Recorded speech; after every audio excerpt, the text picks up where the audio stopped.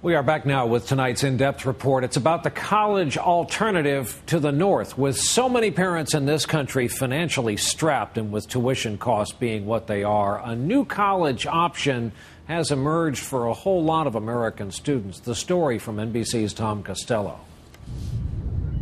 It may only be a few hours' drive from the U.S. border, but for the American students of Montreal's prestigious McGill University, Canada has become a passport to a much more affordable college degree. 2,200 Americans make up 12% of McGill's undergrads. 12%. Among them, Emily Cox of Chicago. Well, it came down between McGill and Georgetown University, and it just came down to money. Georgetown's $45,000 to $50,000, McGill's $20,000, and so obviously I chose McGill. In fact, a lot of Americans are choosing Canada. 9,000 are now studying here. That's up 50% since 2001.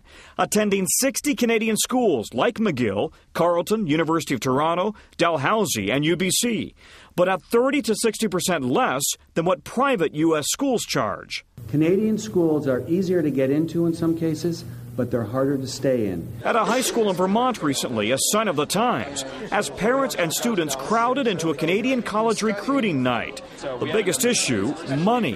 It looks like we will save between $20,000 and $30,000 a year. Why are Canadian schools so much cheaper? Because the Canadian government provides a large chunk of their funding. And Americans can still use their 529 college savings accounts, U.S. loans, even apply for scholarships. While some Canadian schools require Americans to submit ACTs or SATs, many more don't. No interviews, no essays. In Canada, admission all comes down to grades. We are not trying to sell a cheap education.